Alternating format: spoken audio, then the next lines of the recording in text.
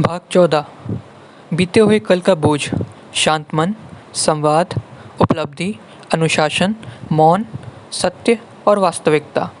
सामान्यतः जिस ढंग का जीवन हम बिताते हैं उसमें शायद ही कभी एकांत मिलता है। अगर कभी हम एकांत में होते भी हैं तो अनेक तरह के प्रभाव, अनुभव, ज्ञान तथा स्मृतियाँ, चिंताएँ, संघर्ष और दुख हमें चारों ओर से घेरे रहते हैं। इन्हीं चीज़ों के कारण हमारा मन अधिक से अधिक मंद, मूढ़ और असंवेदनशील हो जाता है। यह हर रोज़ एक ही ढर्रे से बंधे बंधाए जीवन को जिए चला जाता है। तो क्या हम सही अर्थों में कभी एकाकी हो पाते हैं, या हम सदा अपने साथ बीते हुए कल के बोझ को ही ढोते चल रहे हैं? दो सन्यासियों के संबंध में एक रोचक और अर्थपूर्ण कहानी है। एक बार दो सन्यासी किसी एक गांव से दूसरे गांव को चले जा रहे थे। रास्ते में अचानक उनकी नज़र एक युवा लड़की पर पड़ी जो नदी के किनारे बैठी रो रही थी। उनमें से एक सन्यासी उस लड़की के पास जाकर बोला, बहन, तुम किस लिए रो रही हो? उस लड़की ने कहा, नदी के उस पार जो घर तुम देख रहे हो वहीं मैं रहती हूँ। आज सवेरे जब मैं इस पार आई तो बिना किसी कठिनाई के मैं पैदल चलकर नदी पार कर गई, किंतु अचानक नदी में पानी बढ़ गया है, इसलिए अब मैं घर नहीं लौट सकती। कोई नाव भी नहीं है। उस सन्यासी ने कहा, यह कोई बड़ी समस्या नहीं है, मैं तुम्हारी सहायता करता हूँ।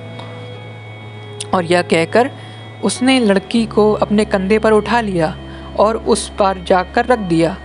लौटकर वह पुनः अपने सन्यासी मित्र के साथ यात्रा पर चल पड़ा। कोई 2 घंटे बाद दूसरा सन्यासी पहले सन्यासी से बोला, भाई, हम लोगों ने व्रत लिया था कि कभी भी औरत को नहीं छुएंगे, इसलिए तुमने आज जो कुछ किया वह एक घोर पाप है। क्या तुमने उस औरत को छूने पर सुख, रोमांच और एक गहरी उत्तेजना की अनुभूति नहीं हुई? दूसरे सन्यासी ने उत्तर दिया, मैं तो उस औरत को 2 घंटे पहले पीछे छोड़ आया, क्या तुम उसे अभी तक ढो रहे हो? और वही हम सब भी कर रहे हैं।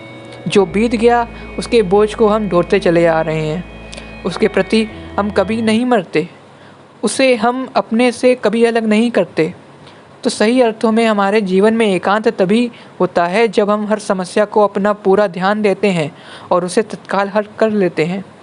उसे अगले दिन या अगले मिनट तक ढोते नहीं चलते। तब हम भले ही लोगों से भरे हुए एक घर में रह रहे हों या खचाखच भरी बस में सफ़र कर रहे हों, हम सदा एकांत में ही होते हैं। और इस एकांत का अर्थ है एक निष्कलुष और ताज़ा मन। आंतरिक रूप से एकांत और अवकाश, विस्तार और फैलाव को पाना अत्यंत आवश्यक है, क्योंकि इससे ऐसा बोध होता है कि आप कुछ करने के लिए, होने जाने के लिए बिल्कुल स्वतंत्र हैं, मानो आप उन्मुक्त आकाश में उड़ान भर रहे हों। इस विस्तार और फैलाव अर्थात अवकाश में ही अच्छाई का जन्म हो सकता है। ठीक वैसे ही जैसे केवल मुक्ति और स्वतंत्रता में सद्गुण खिल सकता है। हमारे पास राजनीतिक स्वतंत्रता भले ही हो, लेकिन हम आंतरिक रूप से स्वतंत्र नहीं हैं और इसलिए हमारे भीतर विस्तार और फैलाव नहीं है। अपने भीतर इस विराट विस्तार और फैलाव के बिना कोई भी सार्थक सद्गुण और गुणवत्ता ना विकसित हो सकती है और ना कार्य कर सकती है। विस्तार और मौन आवश्यक है जब मन एकाकी, अप्रभावित, अप्रशिक्षित होता है, अर्थात जब वह असंख्य प्रकार के अनुभवों द्वारा बंधा नहीं होता है, तभी वह एक ऐसी चीज का साक्षात्कार कर सकता है जो समग्रता नहीं है। आप इसे आसानी से देख सकते हैं कि हमारे मन के अंदर अर्थात हमारी दृष्टि और हमारे विचार में स्पष्टता तभी संभव है जब हमारा मन शांत और मौन हो। मन की इसी अवस्था को पाने के लिए पूर्वी देशों में लोग ध्यान का इतना प्रयोग करते हैं। वे प्रयास करते हैं कि विचार को किसी तरह नियंत्रित कर लें, वैसे ही जैसे कुछ लोग मंत्रों के बार बार जप द्वारा मन को शांत करने की कोशिश करते हैं, इस आशा में कि शांत मन की अवस्था में वह अपनी समस्याओं को समझ सकेंगे। लेकिन जब तक व्यक्ति पहले ध्यान की नींव नहीं रखता, अर्थात जब तक वह भय, दुख, चिंता और अपने ही बनाए फंदों और जालों से मुक्त नहीं हो जाता, तब तक मन भला शांत कैसे हो सकता है? लेकिन यह बात किसी तक पहुंचा पाना कठिन से कठिन चीज़ है। हमारे बीच संवाद का अर्थ है कि आपको न केवल उन शब्दों को समझना चाहिए जिनका मैं प्रयोग कर रहा हूँ, बल्कि हम दोनों को आपको और मुझको एक ही समय में तीव्र और गहन होना चाहिए। एक क्षण पहले या एक क्षण बाद नहीं, साथ साथ हमें एक ही तल पर मिलने में समर्थ होना चाहिए। लेकिन आप जो पढ़ रहे हैं, अगर आप उसकी व्याख्या कर रहे हैं अपने ज्ञान, मतों और सुख सुविधा के अनुसार, या अगर इसे समझने के लिए आप एड़ी चोटी का जोर लगा रहे हैं, तो फिर हमारे बीच यह संवाद शायद ही संभव है। मुझे लगता है कि कहीं पहुंचने के लिए, कुछ पाने और अर्जित करने के लिए, यह सतत संघर्ष ही हमारे जीवन में बड़ी से बड़ी बाधा और रुकावट है। हमें बचपन से ही सिखा पढ़ाकर तैयार किया जाता है कि हम कुछ अर्जित करें, कुछ उपलब्ध करें। इस तरह भौतिक सुरक्षा की चाह और खोज में हमारे मस्तिष्क की कोशिकाएं उपलब्धि का एक ढांचा खड़ा करने में लग जाती हैं। लेकिन मनोवैज्ञानिक सुरक्षा उपलब्धि की वस्तु है ही नहीं। हम अपने सभी आपसी संबंधों में, रवैयों में और क्रियाकलापों में सुरक्षा की खोज करते हैं। लेकिन जैसा कि हम पहले ही देख चुके हैं, सुरक्षा जैसी कोई चीज़ होती ही नहीं। अगर हम यह अच्छी तरह समझ लें कि आपसी संबंधों में किसी भी तरह की सुरक्षा की खोज व्यर्थ है, तथा यह भी कि मनोवैज्ञानिक रूप से कुछ भी स्थायी नहीं है, तो यह समझ और बोध जीवन के प्रति हमारे दृष्टिकोण और पहुंच को पूरी तरह बदल देता है। बाहरी सुरक्षा, भोजन, वस्त्र और आवास निश्चय ही अत्यंत आवश्यक हैं, लेकिन मनोवैज्ञानिक सुरक्षा की चाह और खोज ही इस बाहरी सुरक्षा के लिए बाधा बन जाती है। चेतना की सीमाओं के पार जाने के लिए मौन अर्थात निर्विचार अवस्था एवं अवकाश अर्थात विस्तार और फैलाव आवश्यक है। लेकिन जो मन अपने हित की चिंता में निरंतर सक्रिय है, वह भला शांत कैसे हो सकता है? आप मन को अनुशासित और नियंत्रित कर सकते हैं, एक निश्चित ढांचे में ढाल सकते हैं, लेकिन मन को इस तरह यातना देकर और सताकर आप शांत नहीं रह सकते, आप शांत कर भी नहीं सकते। इससे तो मन केवल मुंद और मूढ़ होता है। अगर मन को शांत करने का आपने संकल्प या आदर्श बना रखा है, तो इसका कोई मूल्य नहीं है, क्योंकि आप मन पर जितना ही जोर जबरदस्ती करेंगे, उतना ही वह संकीर्ण और जड़वत होता जाएगा। मन पर किसी भी तरह का नियंत्रण या दमन केवल संघर्ष पैदा करता है। इसलिए नियंत्रण और भारी अनुशासन सही मार्ग नहीं है। लेकिन जो जीवन गहरे और वास्तविक अर्थों में अनुशासित नहीं है, उसका भी कोई मूल्य नहीं है। हमारा परिवार, हमारा दुख और कष्ट, हमारा अनुभव, सैद्धांतिक या व्यवहारिक ढांचों में हमारी आस्था, समाज की मांगें, ये सभी चीज़ें हमारे जीवन को बाहरी रूप से अनुशासित करने के लिए दबाव डालती हैं। अनुशासन का यह रूप सबसे घातक है। अनुशासन का सहज रूप वह है जिसमें नियंत्रण, दमन और किसी तरह का भय बिल्कुल ना हो।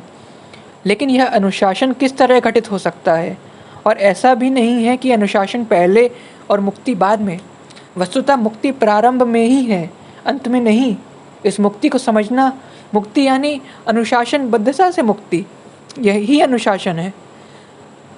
स्वयं का निरीक्षण करते हुए सीखना ही अनुशासन है। इसलिए स्वयं को पूरी तरह जाने और सीखे बिना अनुशासन संभव नहीं है। और यह सीखने की क्रिया ही समझ की स्पष्टता बन जाती है। नियंत्रण, दमन, भोग और आसक्ति के पूरे स्वरूप और ढांचे को समझने के लिए होश और ध्यान आवश्यक है। इसका अध्ययन करने के लिए आपको ऊपर से अनुशासन नहीं थोपना पड़ेगा, बल्कि अध्ययन करने की क्रिया स्वतः उस सहज अनुशासन को जन्म देती है जिसमें दमन मौजूद नहीं है। सत्ता को नकारने के लिए हम यहाँ मनोवैज्ञानिक सत्ता की बात कर रहे हैं, कानून या सरकार की नहीं। धार्मिक संस्थाओं, परंपराओं और अनुभूति की सत्ता को नकारने के लिए आपको यह देखना पड़ेगा कि आप इनके आदेशों और नियमों को क्यों मानते हैं। आप इसका ठीक अध्ययन करें। इसका अध्ययन करने के लिए आपको निजी मतों से, निंदा, समर्थन और स्वीकृति से मुक्त होना चाहिए। हम सत्ता को स्वीकार भी कर लें और इसका अध्ययन भी करना चाहें, यह मुमकिन नहीं है, यह नामुमकिन है। अपने भीतर सत्ता के पूरे मनोवैज्ञानिक ढांचे का अध्ययन करने के लिए मुक्ति पहले आवश्यक है। जब हम इसका अध्ययन कर रहे हैं तो हम इसके ढांचे को पूरी तरह अस्वीकार कर रहे हैं, और जब हम अस्वीकार करते हैं तो यह अस्वीकृति ही सत्ता से मुक्त मन की एक ज्योति है। वह हर चीज़ जो अब तक सार्थक मानी जाती रही है, जैसे बाहरी अनुशासन, गुरु शिष्य की परंपरा, आदर्श, इन सभी का निषेध करने का अर्थ है इसका अध्ययन करना। तब यह अध्ययन करने की क्रिया ही न केवल अनुशासन है, बल्कि इसका निषेध भी। आपका नकार तब एक विधायक कृत्य है।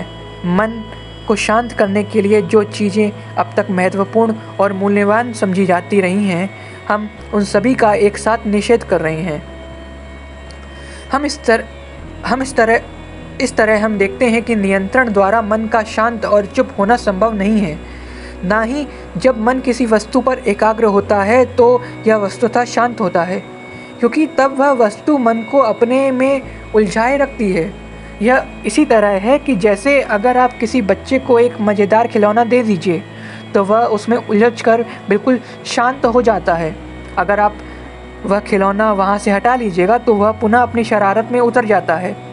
हम सब किसी न किसी खिलौने में उलझे हुए हैं।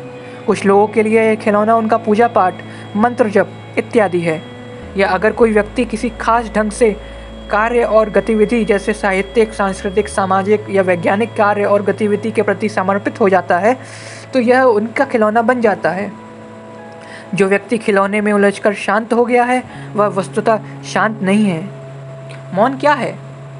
शोर के बंद होने पर या विचार के ठहर जाने पर जो एक मौन होता है, हम केवल उसे मानते हैं, लेकिन ये वह मौन नहीं है। मौन तो कुछ ऐसा है जो सर्वथा भिन्न है, जैसे सौंदर्य, जैसे प्रेम। और यह मौन एक शांत मन की उपज नहीं है। यह मौन मस्तिष्क कोशिकाओं की भी देन नहीं है, जो सारी बातों को सुनने समझने के बाद स्वयं से कहती हैं, भगवान के लिए शांत हो जाओ, क्योंकि तब मस्तिष्क की कोशिकाएं मौन साध लेती हैं, किंतु वह वास्तविक मौन नहीं है। ना ही वह मौन उस सावधानी और चौकसी का नतीजा है जिसमें दृष्टा दृश्य हो जाता है। दृष्टा के दृश्य हो जाने पर संघर्ष यद्यपि विदा हो जाता है, लेकिन यह मौन की अवस्था नहीं है। आप इस प्रतीक्षा में हैं कि मैं इसका वर्णन कर दूं कि मौन क्या है, ताकि आप इसकी व्याख्या कर सकें, तुलना कर सकें, या इस वर्णन को अपने साथ ढोकर लेते जाएं और संजो कर रख लें। इस मौन का वर्णन किया ही नहीं जा सकता। जिसका वर्णन किया जा सकता है वह ज्ञात है, अर्थात केवल ज्ञात ही वर्णन किया जा सकता है, ज्ञात का ही वर्णन किया जा सकता है, अज्ञात का नहीं। और ज्ञात से मुक्ति तभी संभव है जब आप हर दिन ज्ञात के प्रति, यानी अपने सभी अनुभवों के प्रति, दूसरों से प्राप्त निंदा स्तुति के प्रति, आपने स्वयं जो प्रतिमाएं निर्मित की हैं उन सब के प्रति आप मरते चले जाएं। इन सबों के प्रति आप हर रोज़ मरते रहें, ताकि आपके मस्तिष्क की कोशिकाएं ताज़ा, युवा और निर्दोष बनी रहें। लेकिन ताजगी, निर्दोषता, सौम्यता और कोमलता की यह गुणवत्ता प्रेम को जन्म नहीं देती, क्योंकि वह सौंदर्य और मौन की गुणवत्ता नहीं है। यह मौन जो शोर के बंद होने का मौन नहीं है, केवल एक छोटा सा आरंभ है।